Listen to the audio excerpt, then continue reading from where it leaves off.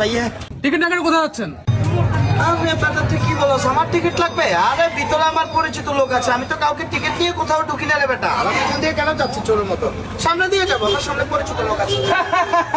আরে ভাই ভিতরে এমন গার্ড আছে ধরে লাইবো, যাইতে পারবেন না। এদিকে যান, টিকিট লয়েছেন। কি অবস্থা, ভালো আছো? টিকিট দে। বুঝলাম না, তুই আতন টিকিট সরি তোর এত বড় সবাই চল বেড়াই। তুই আমার চিনস, আমি কে? আমি কে? মনে কয় একটা শোভা দিয়ে না 32 গাদা ঢালা দি শতানার বাচ্চা তোর এত বড় সবাই তুই আতন টিকিট চাস? তুই আর চিনস না আই কে গস? আই এলাকার সন্তানরা। দূর মিয়া, আপনি এলাকার সন্তান কেন নন? আপনি হইছেন আপনার মার সন্তান। টিকিট দেন। দেখছ নি আর মুমে হলাই যায় তকরা করে আবার রে।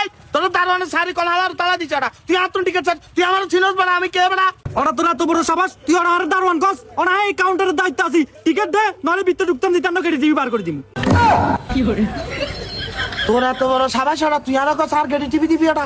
সবাই কানটা নাড়ালে মারে, তুই আর চিনস ওরা।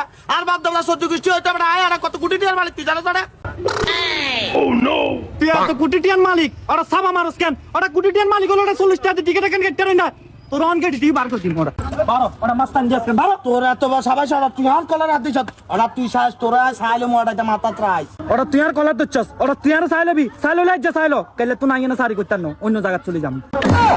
বারো